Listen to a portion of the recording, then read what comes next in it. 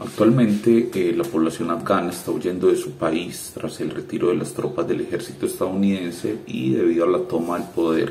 por parte del grupo militar fundamentalista islámico talibán, que en menos de un mes ha generado un sinnúmero de graves violaciones del derecho internacional humanitario y de los derechos humanos, que van desde represión de las protestas pacíficas y limitación a la libertad de expresión, restricciones a los derechos de las mujeres, reclutamiento de niños, hasta ejecuciones públicas. En los últimos días el gobierno estadounidense ha venido adelantando misiones de evacuación, las cuales se seguirán en principio hasta el 31 de agosto del presente año, y según cifras del Departamento de Estado de ese país, para el 23 de agosto se habían evacuado al menos 30.000 personas afganas, que han venido siendo ubicadas en países de tránsito como Gran Bretaña, Dinamarca, Kuwait, Qatar, debido pues a su cercanía geográfica con Afganistán. Bajo este panorama se han presentado varias dificultades administrativas a nivel interno en Estados Unidos como país receptor, que ha llevado a que recurra a países aliados,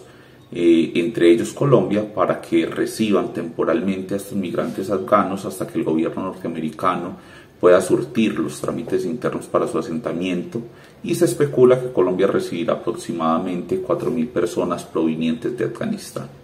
Ante este eventual panorama surgen dudas sobre cuál sería el estatus migratorio con que ingresarían estas personas al país y cuáles serían las obligaciones del Estado colombiano frente a las mismas.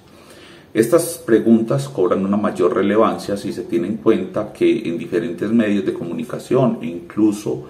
algunos funcionarios del gobierno nacional se han referido a estos migrantes afganos como refugiados.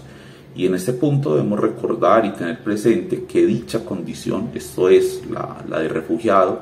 solo se adquiere en Colombia después de adelantar un trámite administrativo, que en la experiencia que tenemos desde el consultorio jurídico, particularmente desde el Programa de Protección Internacional, no es para nada fácil y mucho menos resulta un trámite ágil. Y adicional a ello, que solo puede activarse una vez la persona que va a ser solicitante de refugio está en territorio colombiano. En este sentido, el Decreto Único Reglamentario 1067 de 2015 es el que establece ese trámite de refugio en nuestro país y presenta de entrada un gran problema, y es que no establece un término para que Cancillería resuelva las solicitudes de refugio, lo que ha conllevado a que en el caso de algunos migrantes venezolanos que han sido acompañados por el consultorio, se lleve un periodo de más de 2 años esperando a que les sea definida su condición de refugiados. Y pese a los intentos que desde el Programa de Protección Internacional se han adelantado para que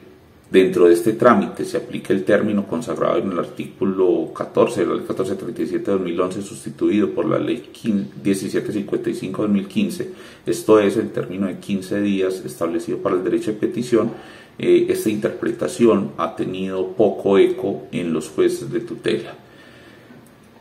Incluso habría que relevar que para obtener un salvoconducto que se expide mientras se adelanta el trámite de estudio de la solicitud de refugio, que otorga, por lo menos provisionalmente, una situación migratoria regular para estas personas que están adelantando esa solicitud, existe en la práctica una demora aproximada de 1 mes contado desde la presentación formal ante Cancillería de la solicitud de refugio. De ahí que en un ingreso